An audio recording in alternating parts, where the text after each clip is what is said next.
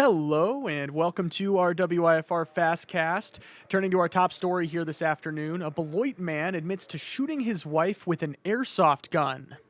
Now, according to Beloit Daily News, Eric Pripp pled guilty to several charges, including domestic abuse. In February, Pripp shot his wife 6 to 8 times with the airsoft gun after an argument with another family member. The suspect then hit the woman's head with the weapon. Pripp pled not guilty, claiming mental defect after investigators claim he hit a Rock County prisoner over a TV remote. He is set to be sentenced February 27th. Beloit public workers look into a water main break that happened at 1:30 this morning in the 13 to 1600 blocks of Grant. The city said once crews finish work, customers should clean the screens on their faucets as sediment may enter the pipes. The Rockford Fire Department looks into a house fire Monday morning that left severe damage. The fire happened in the area of Royal Avenue, and you can see the fire damage on the second floor there, with severe damage showing on one of the sides of the home. We do not know if anyone was hurt or what caused this blaze, but we will let you know when more information comes in. During a time when many are enjoying time with their loved ones, an area church wants to provide a place for community members to remember family and friends who lost their lives to an opioid overdose. The Blue Christmas service is held at 10 Monday morning at the Unitarian Universalist Church of Rockford. The fourth annual meeting goes over the current state of the opioid crisis and how organizations are working to make a change. A resource fair follows the service with training on how to use Narcan. That's the medication that can reverse an overdose. The day after the winter solstice then is when we start to add a little bit more light back into our days each day. The days start to get longer from here on out. And for us, that's a metaphor for the hope and the love and the light that so many harm reduction organizations are bringing into the Rockford community as we work to break down stigmas around opioid use. Partnering with the Northern Illinois Homeless Coalition, the city of Rockford wants to honor homeless residents who died in 2025. Leaders with the Health and Human Services Department prepare for its annual memorial service for the homeless at 3 Monday in Beatty Park. Homeless Persons Memorial Day usually takes place December 21st, the longest night of the year.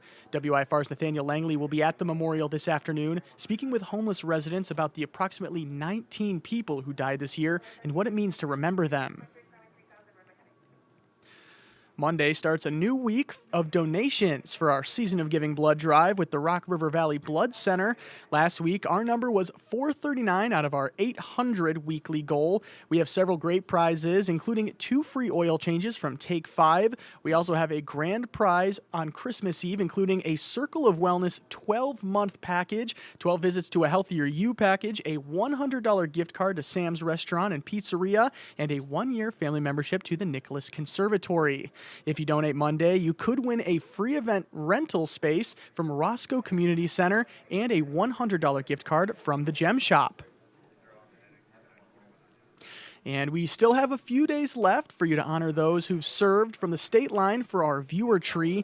Almost 200 names have been tied to the tree, and we do need more. Anyone interested can send an email to viewertree@wifr.com with the name of the immediate family member who's currently serving in the military, as well as the branch that they're in. And, of course, we do have some unseasonably warm Christmas temperatures here across the state line. So let's see how things are going to shape up here today with our hour-by-hour timecast. That being said, it doesn't seem like that heat is really going to come here until a couple more days, once we're a little bit closer to that Christmas holiday there. But for right now, we still are dealing with above freezing temperatures, so that is certainly something that we can look forward to on the bright side there. Right now, you can see we're currently sitting at about 38 degrees, and it does seem like we're really only going to get about 1 degree warmer there. You can see at about 4 and 5, we're going to be sitting at 39 degrees before we start to go back down into the 38s and then back into 37 degree territory as we enter the later stages of tonight.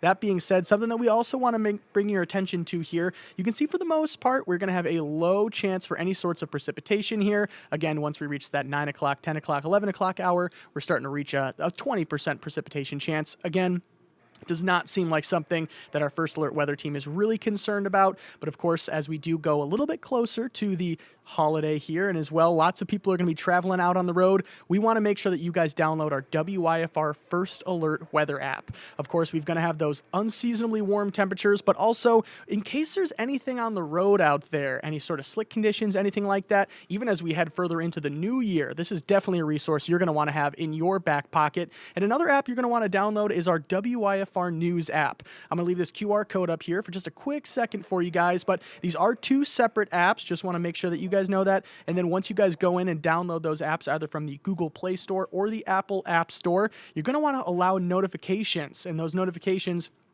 are those little alerts that are going to pop up there right on your home screen. And once you tap those, it's going to pull you to the latest information that we sent out to you to make sure we're keeping you safe wherever you are. Now, those stories that I mentioned here just a couple minutes ago will be coming up in our shows at 4, 5, 6, and 10.